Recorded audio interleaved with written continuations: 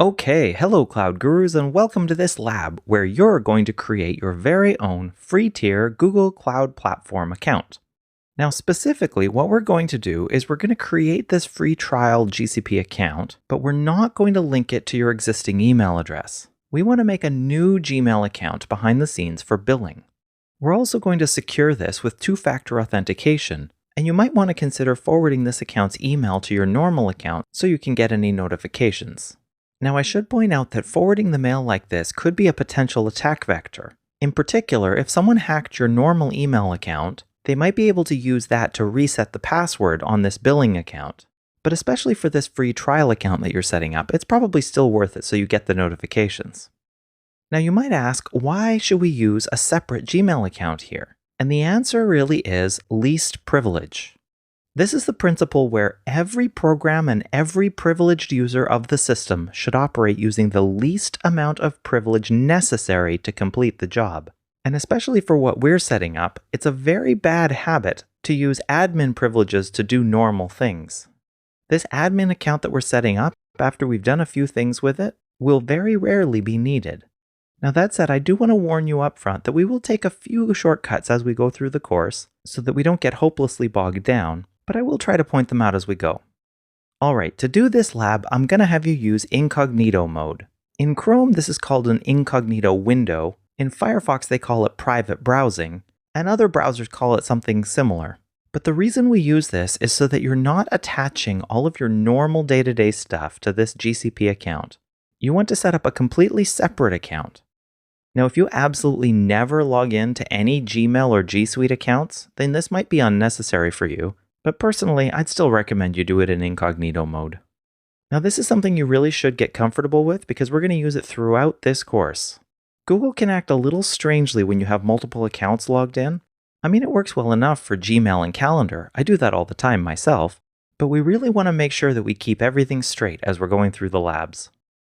Alright, to get to one of these things directly, you can right-click on a link, such as in the Resources panel, and say Open Link in Incognito Window. Or to open a new empty window in Chrome, you could hit the Command-Shift-N or Control-Shift-N shortcut keys. Or in Firefox, Command-Shift-P or Control-Shift-P will do the job. Alright, enough talking, let's do it! So open up an incognito window and join me at the sign-up link for your free trial. Okay, here we are in the incognito window. I'm going to paste in the link, and let's get going. Alright, it offers that I can sign in with an existing one, but remember we're going to create a new account here. So we click Create Account. Now in this screen, instead of just creating a Google account and linking that directly to our existing email address, we want to create a new Gmail account. Once you've entered your name, a username that hasn't been taken, of course this has to be unique, so you'll need to pick something different than I do, and a strong password that you are storing safely, I hope. Click Next to continue on. Oh, by the way, I don't recommend that you use any periods like it suggests you could in your username. The way that Gmail handles periods in usernames can be a bit of an issue. Click Next and move on. Alright, we do want to secure our account, so let's enter in our phone number here.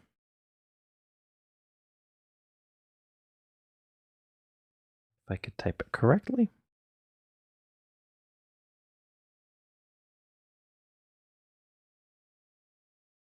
That faint buzzing in the background was my phone giving me the code, which of course I'll type in now. Doesn't matter if you see it because this is a single-use code. We don't have to connect this to a recovery email address like they offer here, but I really think it's a good idea to do that. Alright, once we've got the information in, we hit Next. Of course, we always read the terms of service and privacy policy before we agree to those, right? But at the bottom, we say, I agree.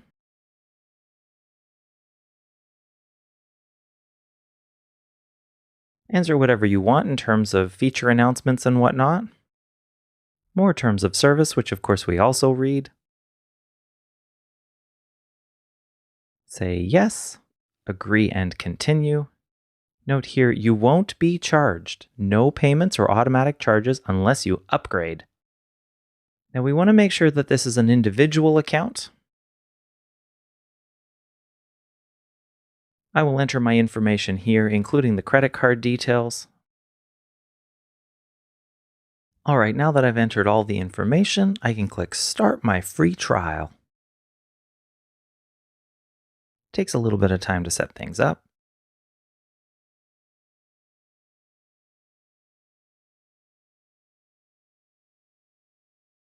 And again, we're reassured that we won't be billed until we give our permission.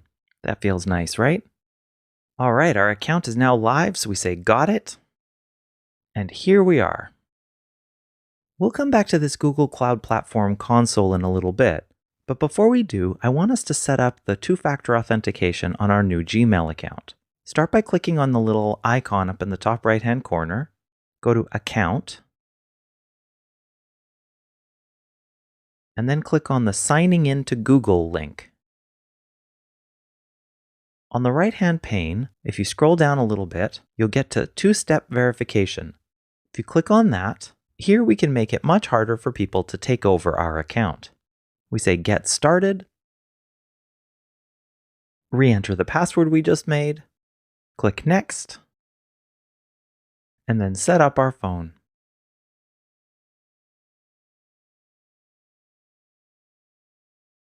We click Next, enter the new code we just got, Next again. It worked! Do we want to turn on two-step verification? Well, of course, that's the reason we're here. Say Turn On, and here we go. Now, at the moment, I've got this set up to send me a text message whenever I'm trying to log in.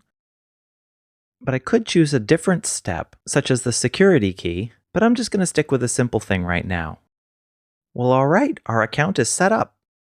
Now, I recommend that you immediately log out and then log back in again to make sure that you know exactly what you need to do here. You remember all the passwords and all that sort of stuff. So let's do that right now. I've signed out. I click Sign In to this account.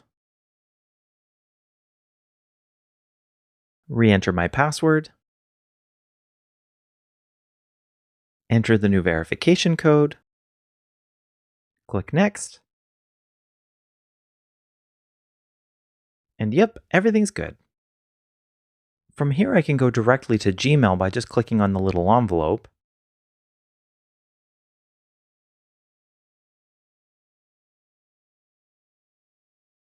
Close all the promotion stuff. I don't need the extra tips. But if you want to know how you can set up the forwarding, I'll show you here. You'd go to the gear, click on Settings, click on Forwarding and Pop IMAP, and then add a forwarding address. Enter your normal email address here, say Next, proceed. Now the destination address needs to approve the forwarding setup, so go and get the code from there, type the number into this box, and click Verify. If it tells you you have verified the forwarding address, that's good. So you can say that you want to forward a copy of all incoming mail to that box and still keep a copy in this inbox. Once you've done that, don't forget to hit Save Changes at the bottom of this screen. And then you get this big message up at the top that says, hey, you are forwarding email. Because it would be pretty dangerous if someone set this up on your account without you knowing it, Google puts this warning at the top of your screen for a week. You can't dismiss it because, of course, that's the point. If you could dismiss it, then someone could set it up and dismiss it for you. Well, now we've finished setting up our account. So if you have any questions, please let me know. If not, please feel free to move on to the next lecture. Thank you.